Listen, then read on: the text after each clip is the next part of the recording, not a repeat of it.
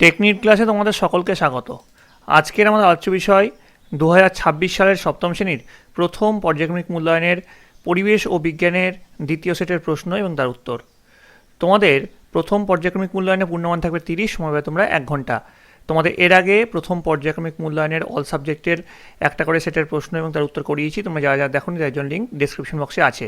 এটা তোমার দ্বিতীয় সেটের পরিবেশ ও বিজ্ঞানের প্রশ্ন এবং তার উত্তর হতে চলেছে, তাই তোমরা মন দিয়ে এই ভিডিওটা দেখতে থাকো।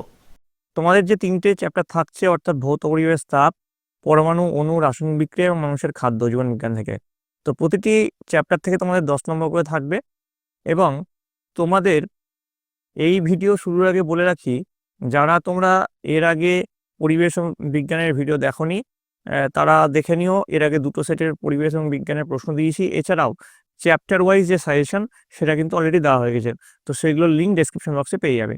দেখো, এই সেটে তোমাদের প্রথমে যে এটা আছে গ্রুপ এতে ফিজিক্যাল সায়েন্স, তার প্রশ্নগুলো দেখে নাও। নিচের প্রশ্নগুলি উত্তর বেছে নিয়ে লেখো। 1 গুণ 5 সমান 5। প্রথম প্রশ্ন চলে যাব। NaCl প্লাস AgNO3 সমান AgCl প্লাস NaNO3 এই রাসায়নিক বিক্রিয়াটি হলো কোনটি? এটি হচ্ছে বিনিময় বিক্রিয়া। পরেরটা দেখো, 2 নম্বর। সিসার ল্যাটিন নাম হলো লাম্বাম। 1.3 বরফ গলনের লিনতাপ হলো প্রমাণ চাপে কত? উত্তর হচ্ছে 80 ক্যালোরি প্রতি গ্রাম। নেক্সট চলে যাচ্ছি। 1.4 পলিটনের সংকেত হলো CaOH2। 1.5 স্নান করে এসে পাখার তলায় বসলে ঠান্ডা লাগে কিসের জন্য? বাষ্পায়নের জন্য। পরের প্রশ্নে চলে যাব। নিচের প্রশ্নগুলি এক কথায় উত্তর দাও। 1 গুণ 5 সমান 5। প্রথম প্রশ্ন দেখো, কোন পরমাণুর ভর সংখ্যা ও পরমাণু সংখ্যা একই? উত্তর লিখবে সাধারণ হাইড্রোজেন অর্থাৎ প্রোটিয়ামের পরমাণুর ভর সংখ্যা ও পরমাণু ক্রমাঙ্ক একই। পরের প্রশ্ন, গলন এবং বাষ্পীভবন এই দুই প্রক্রিয়ার মধ্যে কোন ক্ষেত্রে লিনতাপের মান বেশি হয়? উত্তর লিখবে বাষ্পীভবন। পরের প্রশ্ন, মিথেনের সংকেত? উত্তর লিখবে CH4। পরের প্রশ্ন, সিজিএস পদ্ধতিতে তাপের একক কি? উত্তর লিখবে সিজিএস পদ্ধতিতে তাপের একক হচ্ছে ক্যালোরি। আচ্ছা, এসআই পদ্ধতিতে তাপের একক কি হবে? এটা যদি তোমরা জানো কমেন্টে লিখবে। কমেন্টে তোমাদের বিদ্যালয়ের নাম এবং কে কোন জেলা থেকে লিখছো সেটা কিন্তু লিখতে ভুলবে না। নেক্সট, পরমাণুর ইলেকট্রন সংখ্যা তারতম্য হলে পরমাণুটি আয়নে পরিণত হয়, সত্য না মিথ্যা? উত্তর হচ্ছে সত্য।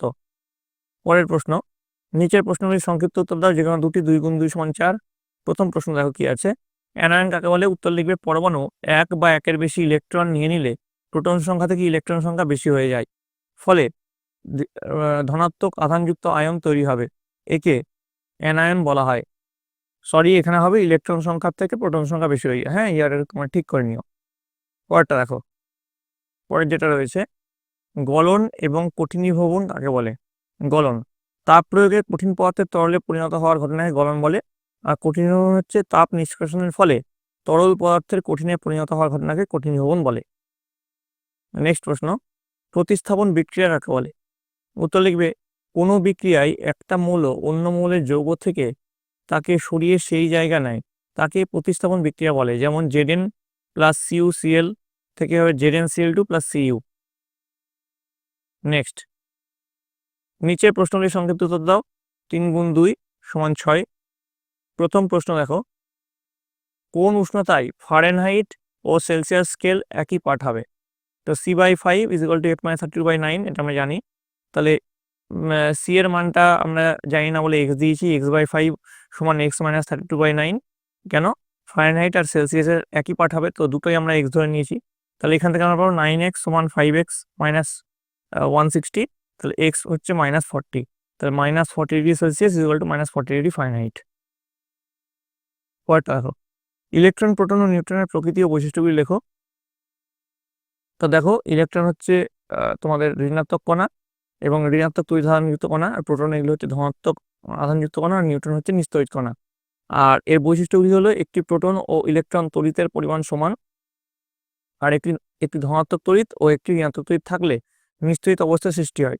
প্রোটন ও ইলেকট্রন পরস্পরকে আকর্ষণ করে, ইলেকট্রন ও প্রোটনরা পরস্পরকে বিকর্ষণ করে। নেক্সট চলে আসছে দেখো, গ্রুপ বি লাইফ সায়েন্সে চলে আসছি আমরা। দেখো, নিচের প্রশ্নগুলির উত্তর বেছে নিয়ে লেখো। 1 গুণ 3 সমান 3। প্রথম প্রশ্ন, শর্করা ও লিপিড জাতীয় উপাদানকে জ্বালানি খাদ্য বলে? সত্য না মিথ্যা? উত্তর হচ্ছে সত্য। পরের প্রশ্ন, পৃথিবীর মোট স্বাদু জলের 1.5% মেরু অঞ্চল ও হিমবাহে জমাট বেঁধে রয়েছে? উত্তর হচ্ছে 68.7। পরের প্রশ্ন, মূল জাতীয় খাদ্যের 4টি উদাহরণ দাও? উত্তর হচ্ছে গাজর, মূলো, শালগম আর বিট। নেক্সট, নিচের প্রশ্নগুলি এক কথায় উত্তর দাও, যে কোনো দুটি বলেছে। 1 গুণ 2 সমান 2। নিচের যেটিতে লিপিড দ্রবীভূত হয় না সেটি হলো, এর মধ্যে কোনটা? উত্তর হচ্ছে জল। জলে লিপিড দ্রবীভূত হয় না। পরের প্রশ্ন, কৃত্রিম রং ব্যবহৃত শাকসবজি নিয়মিত খেতে থাকলে ফুসফুস, যকৃৎ ও জনন অঙ্গে দেখা যেতে পারে কি? ক্যান্সার। নেক্সট, মানবদেহে যকৃতে শর্করা যে রূপে সঞ্চিত থাকে তা হলো কোনটা হবে? দেখো, গ্লাইকোজেন, সেসার, গ্লুকোজ, সেলুলোজ। এর মধ্যে সঠিক উত্তর হচ্ছে গ্লাইকোজেন। পরের প্রশ্ন, নিচের প্রশ্নগুলির সংক্ষিপ্ত উত্তর দাও, যে কোনো একটি। 2 গুণ 1 সমান 2। প্রথম প্রশ্ন দেখো কি আছে, কোন ব্যক্তিকে স্থূল বা মোটা বলে ধরা হয়? উত্তর লিখবে, বয়স ও উচ্চতার তুলনায় একজন ব্যক্তির যে ওজন হওয়া উচিত তার 20% বেশি হলে সে ব্যক্তিকে স্থূল বা মোটা বলে ধরা হয়। পরের প্রশ্ন, ভিটামিন কাকে বলে? উত্তর লিখবে, যে জৈব পরিপোষক সাধারণ খাদ্যে স্বল্প পরিমাণে উপস্থিত থেকে জীবদেহের স্বাভাবিক পুষ্টি ও বৃদ্ধিতে সাহায্য করে এবং রোগ প্রতিরোধ ক্ষমতা বৃদ্ধি করে, তাকে ভিটামিন বলে। পরের প্রশ্ন দেখো কি আছে, নিচের প্রশ্নটির সংক্ষিপ্ত উত্তর দাও, যে কোনো একটি। 3 গুণ 1 সমান 3। প্রথমে কি প্রশ্ন দেখো, ক্যারোটিনয়েডস বা ফ্ল্যাভোনয়েডস কি কাজ করে? উত্তর লিখবে, এগুলো নানা রঙের উদ্ভিজ্জ রাসায়নিক যৌগ। এরা মানবদেহের খুব তাড়াতাড়ি বুড়ো হয়ে যাওয়া আটকায়, হৃৎপিণ্ডের কাজ ঠিকঠাক রাখে, হাড়কে শক্ত করে ও ক্যান্সারের সম্ভাবনা কমায়। পরের প্রশ্ন, মানুষের ওজন বেড়ে যাওয়ার ফলে কি কি সমস্যা দেখা দেয়? কোন ধরনের খাদ্য খেলে স্থূলত্বের প্রবণতা রোধ করা যায়? উত্তর লিখবে, রক্তচাপ বৃদ্ধি পাওয়া, রক্তে শর্করার পরিমাণ বেড়ে গিয়ে ডায়াবেটিসে আক্রান্ত হওয়া, হৃৎপিণ্ডের নানা সমস্যা। আর তেল মশলাহীন ফল, সবজি, রুটি, ছোট মাছ, ফল, ডাল ও তন্তুযুক্ত খাদ্য খেলে স্থূলত্বের প্রবণতা রোধ করা যায়। তো এই ছিল তোমাদের সপ্তম শ্রেণীর প্রথম পর্যায়ক্রমিক মূল্যায়নের পরিবেশ ও বিজ্ঞানের হলিস্টিক প্যাটার্নজি প্রশ্ন এবং তার উত্তর। তোমাদের যদি এই ভিডিওটা ভালো লেগে থাকে অবশ্যই একটু লাইক করবে, বন্ধুদের কাছে অনেক অনেক শেয়ার করবে। আর এর পরবর্তীতে তোমরা কোন সাবজেক্টের প্রশ্ন উত্তর চাও সেটা কিন্তু অবশ্যই কমেন্টে লিখে জানাবে। কমেন্টে তোমাদের বিদ্যালয়ের নাম এবং কে কোন জেলা থেকে দেখছো সেটা কিন্তু লিখতে ভুলবে না। আর এই যে প্রশ্ন আজকে তোমাদের করলাম সেটা 3 নম্বর সেটের প্রশ্ন উত্তর হয়েছে। তো এইটাই যে তোমাদের হুবহু পরীক্ষায় আসবে তার কোনো মানে নেই, তোমাদের এরকম টাইপের প্রশ্ন আসবে। তার জন্য তোমরা ভেবে নিও না যে স্যার এটা করালো মানে এইটাই হুবহু তোমার পরীক্ষায় পেয়ে যাবে। তোমাদের এর আগে যে 2টো সেট করিয়েছি, এখন একটা সেট করলাম, মোট 3টে সেট। এবং সর্বোপরি তোমাদের চ্যাপ্টার ওয়াইজ যে প্রশ্ন উত্তরটা করিয়েছি আমি, সেটা ভালো করে দেখো। দেখবে এইগুলো যদি ভালো করে করো, এর বাইরে থেকে তোমাদের আর প্রশ্ন থাকবে না। কিন্তু তোমাদের একটা ভিডিও দেখে গিয়ে তোমরা ভাবলে যে এখান থেকে তোমরা সব প্রশ্ন পেয়ে যাবে, সেরকম কোনো ব্যাপার নয়। তো এইগুলো ভালো করে দেখো, আর বিশেষত তোমরা বইটা ফুটিয়ে পড়ো, তাহলে দেখবে তোমাদের পরীক্ষায় সাফল্য নিশ্চিত। তোমাদের পরীক্ষা আসতে আর যেহেতু বেশি সময় নেই, তোমরা সকলে মন দিয়ে ভালো করে পড়াশোনা করো। তোমরা সকলে ভালো থাকো, তোমরা সকলে সুস্থ থাকো।